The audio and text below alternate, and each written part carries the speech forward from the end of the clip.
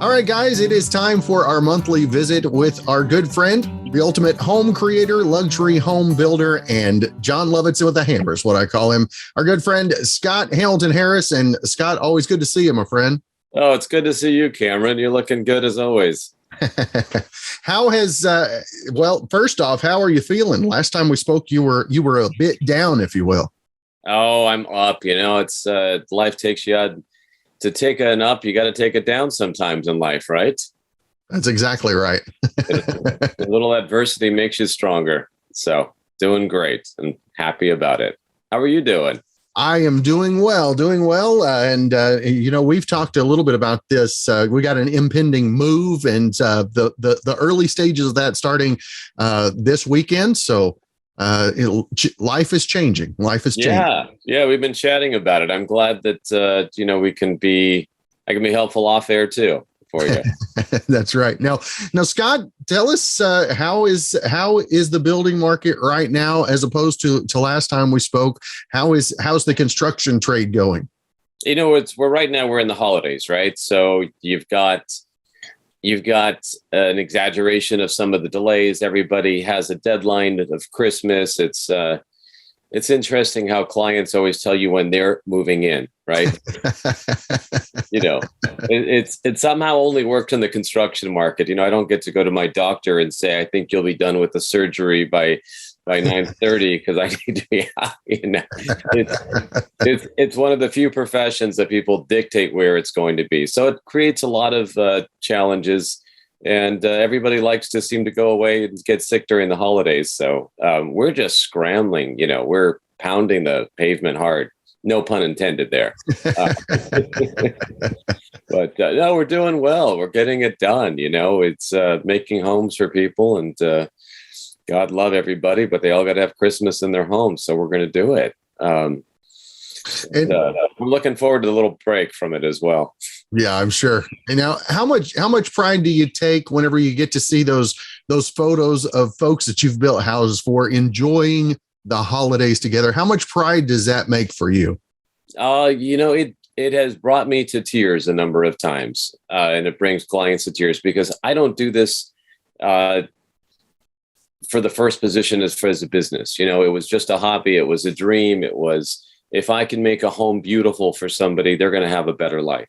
And so when I see that happen for these families, and you put your love and intention into these homes and you see it working, right? It's like, it just moves you. It's like you're building a custom car for somebody, and the first time that guy just, starts it up, and you see that smile on his face, he looks like a kid, and the thing drives, right? It's like, wow, it was an idea.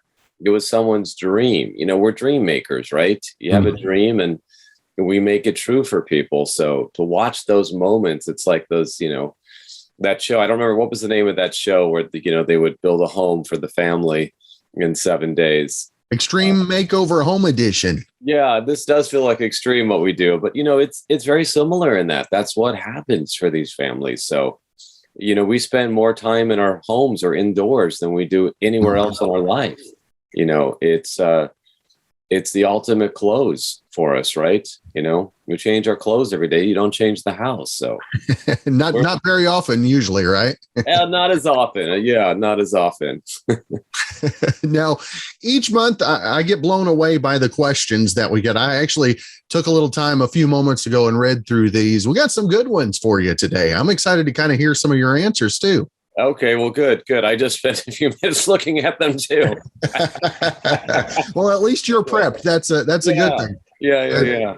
So our first one comes from Amy, who's in White Plains, New York, and says that she says, I hear a knocking sound in the wall of my bathroom whenever I run the hot water.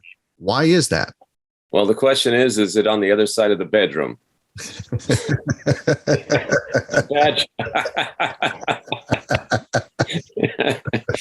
I mean, that's usually where bathrooms are.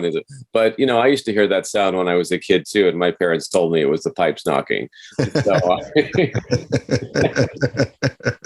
but, it's a very common problem. So, Amy, it's a really good question to have. And it's a problem that needs to be addressed, because if you don't address it, you're actually causing damage in your water pipes, which can lead to a leak.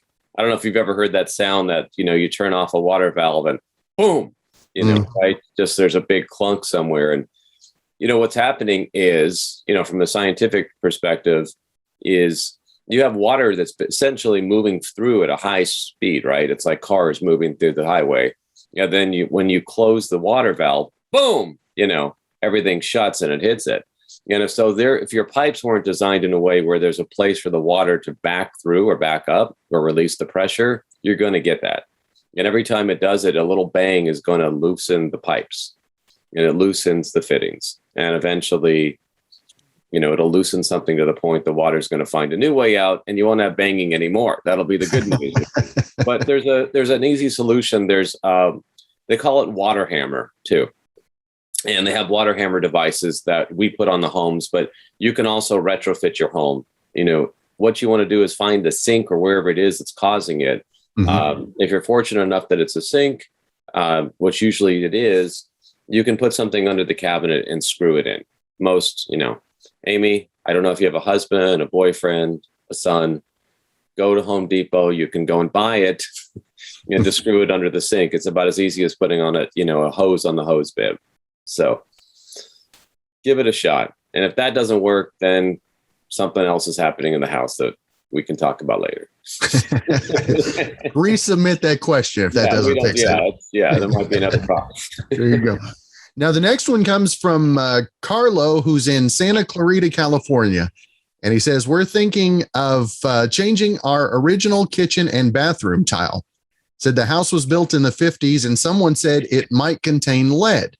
Can you give more information about that and if it needs to be removed in a special way? Well, I'm excited. Carlo, you live near where I work, so I can actually go and help you on this one. It's interesting. There's so much attention that's been given to asbestos. So great question. I'm kind of surprised to hear these from people now. It shows there's an awareness. Asbestos is something that's a little overrated when you talk about the level of priority of what the toxins are in homes.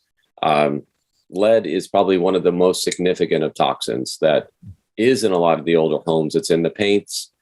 And surprisingly, it's in very high levels in tile.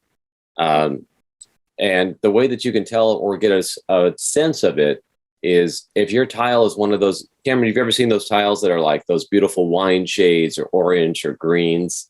Mm-hmm. Those are usually like a surefire, oh yeah, you got lead, the older ones, right? Right. And so does porcelain, sinks do, toilets have it. And it's not until it becomes friable, which means it becomes inhalable, does it become significantly bad.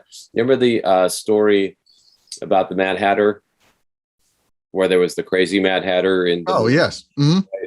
Well, that actually is based on reality because the Hatters would put lead inside the hats to shape them. And so the people putting the lead in the hats would then, inhale a little bit during the day. And what it does, and I think it's important to share this so people know, the lead goes in the body. It replaces the other metals that would normally be in there. And it acts as a neurorestrictor. And so the electrical signals that are going to the brain and the body can no longer move through because lead is not a conductive material. Mm-hmm. And so that's what happens. So it's pretty significant. And so the Mad Hatters, they would actually get kind of wonky. They would walk around the streets all like, hey, they all went mad. That's significant. And if you have a child that gets a small amount of lead in them, it's really dangerous. And so all it takes is a little paint on the wall and the kid's eating it, right? So long story, I'm kind of passionate about this and I'm glad you asked this, Carlo. Because you always see these shows where they're just smashing the tile. Look at this. There we go. It's great. There is a machine that they have that's a handheld device that you can hire somebody for a few $100s. And it actually has a little radioactive signal. So it makes me always want to stand back. They scan it and it'll do an X-ray of the material. And it'll tell you what the lead content is in there. If they do find lead content, not a big deal. They dissect, you wrap it with plastic. They will go into the hazmat suits, remove it. You're done. Pretty easy. So for a few $100s, you can find out if you've got lead in your home. I think most people should do it. Most of the homes before the 70s do have some degree of lead. If you have a home from the 20s or the 30s or the 40s, you're almost guaranteed. And I've had them use that. I think there's like safe levels are like between 0.04 and 0.07.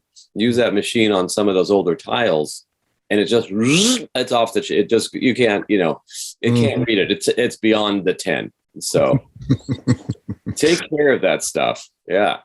That's cool. Carlo, good question from Santa Clarita. Next up, Ladera Ranch, California. We've got Brady, who asks, how can we give our brick-faced fireplace a new look? Repaint, or can we cover it with what?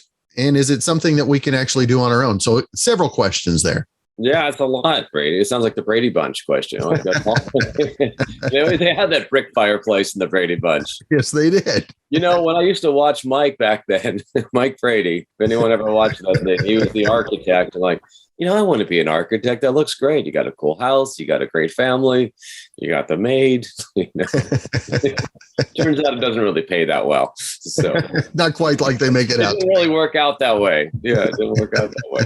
But fireplaces are usually comprised of two components. You have the box itself, the firebox, right? And those are masonry. The decorative part, though, is brick, and everyone thinks they're connected. It's just decoration. And on a lot of our projects, we will remove the brick. Really easy to remove the brick. When you remove the brick, do not damage the masonry inside the box, and you'll have a problem. You'll have a big problem. And now in California, you can't build the masonry fireboxes anymore. And so they're grandfathered in just for, I can't say, I'm not going to say I agree or disagree here, but, it has to do with energy standards and clean air. And so, nowadays they have some nice alternatives, but it's just, it's like watching an aquarium, right? Fire an aquarium. And so what we do, though, is when we find these old fireplaces, it's nice to keep them because they're grandfathered in. You don't have to remove them if they're there. So here's a nice thing to do.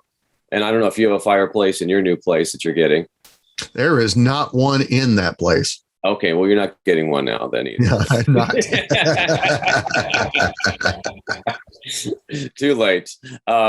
You can we'll get you a firebox. We can get you one of those like ones from Costco where they have the little right flames that just move back and forth.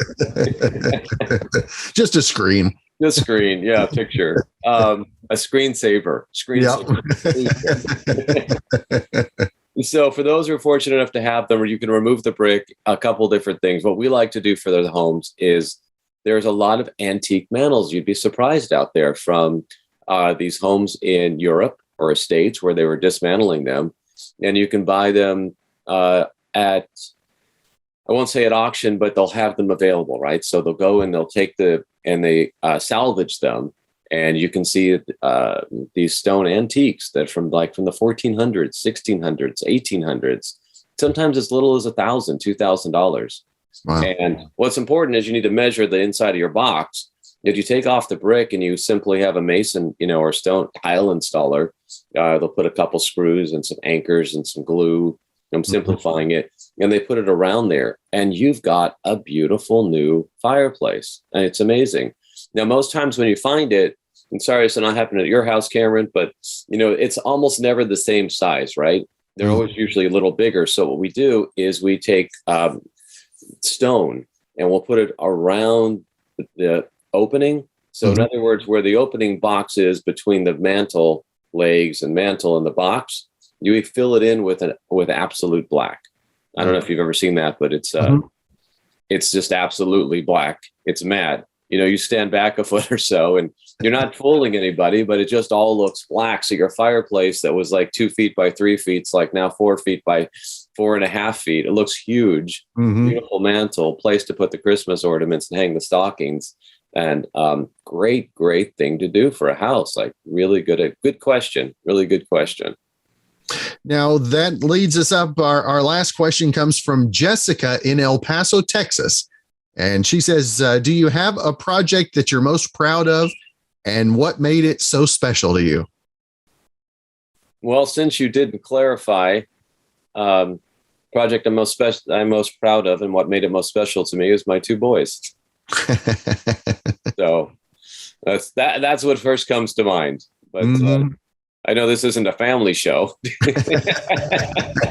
Not always. Not always. That's the plus. But I would say the project I'm most proud of is, I think it's one that you've seen. We've dubbed it the castle. It's just over 30,000 square feet. The entire building is clad in limestone. I think it's only one of 8 buildings that's ever been done that way, in the entire vicinity of Los Angeles. Wow. It's just something that's not done. We've got the entire outside just in hand-carved limestone, and the interiors are just spectacular. It's and I was there the other day with my client, and we're walking in the entry, and I'm like, hey, what are you going to say when people open the door? You're standing in this thing, Cameron. It's just it's epic. You can't describe, that feeling, right? But it just is. So when you have people to come over, they open the door, this big bronze door. Come on in. You want a drink? What do you want? I feel a little, welcome to my castle. I just don't want to watch TV. It's spectacular. So I think we're going to be shooting a show there shortly and recording the progress of it. But it's amazing. It's amazing. Not only that, but the view. I don't know if you're familiar with Los Angeles at all. Do you know where the Griffith Observatory? Yes, sir. The whole vicinity there from Los Feliz. So this was William Meade's original home. And he was one of the main, he owned everything. It was Griffith owned everything on this side, and Meade owned everything to Western Avenue, if you know where that is. So, they eventually, then he sold it off into little pieces and became Los Feliz. So this is the original founder's home that's being completely restored. And it might be a little better than it was, maybe. Spectacularly better. But there's like 2 studs, I think, that we left behind. So, I saw them the other day. So it's still a remodel. Now, is it the immensity of the project that makes it so special, or is it that I from hearing you talk about it, I think it's the history that stands out so much for you on this project as well, right? Yeah, it's like people always try to put things in a box, and they don't really all fit in a box, right? That things are complex; they're not black and white. So, to your point, well said. It's the history of the project. It's the restoration, the ability to restore something that once stood, that was magnificent, that was one of the landmarks of Los Angeles. The fact that there's been multiple owners through the years that tried to tackle this restoration, and they would take a little apart and put something back together, and they couldn't, to be able to be the people finally chosen to bring this back to life. It's like, it's not the Mona Lisa, but it's that old piece of art that you finally restored back to what it looked like back in the day, but you made it better. The clients are great. The team that we have on there is great. The view is just amazing. You just have this 360 view up, and why he picked, of all places. You imagine if you have all of Los Feliz available to you, and you go, what's the best spot to build my dream castle? So he picked it, right? And that's where it is. So it hits every note. And then, the architecture inside, the design of it, it's really spectacular. I think it's going to be a new landmark for the city of Los Angeles when this is done. So to be a part of it, to be on the team that's doing it, brings me a lot of pride.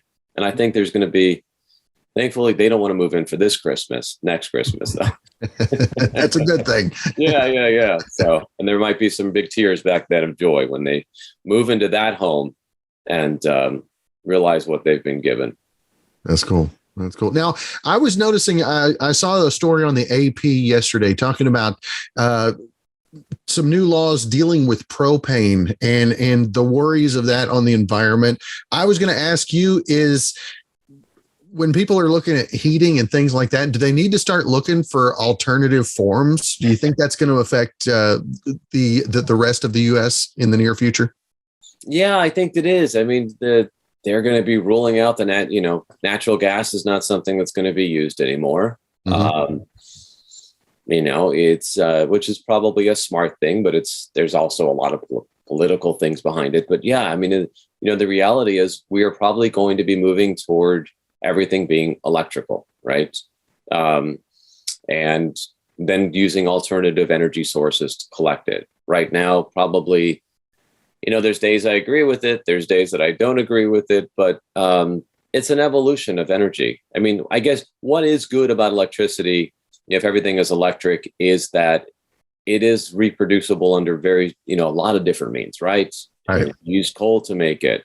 You can use the waves of the ocean to create electricity, generators. I mean, you can use natural gas to fire something up to create electricity. So, ironically, but, to turn the turbines, but you can use solar power, wind power. There's so many different ways to create it.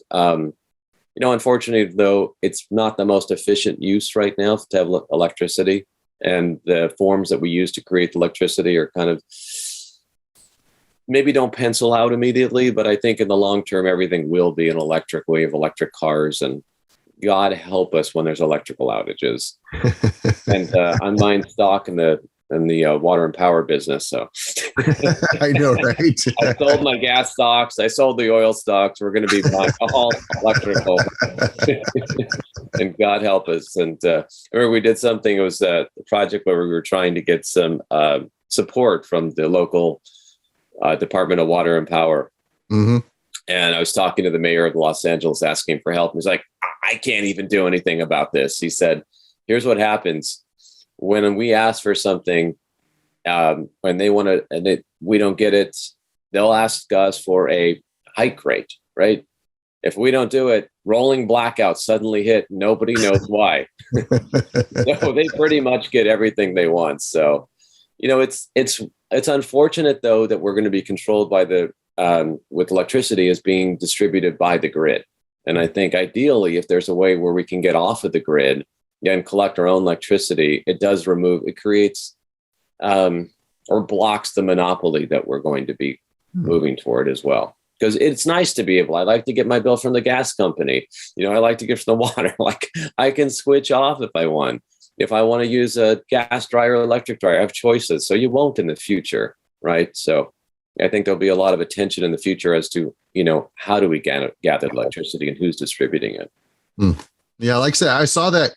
I think it came through either yesterday or the day before, and I was like, that's a good note. I'm going to have to ask Scott about that one. Yeah, no, it's good. And what I like about doing these with you bring up really good questions, Cameron, and you make me think about these things.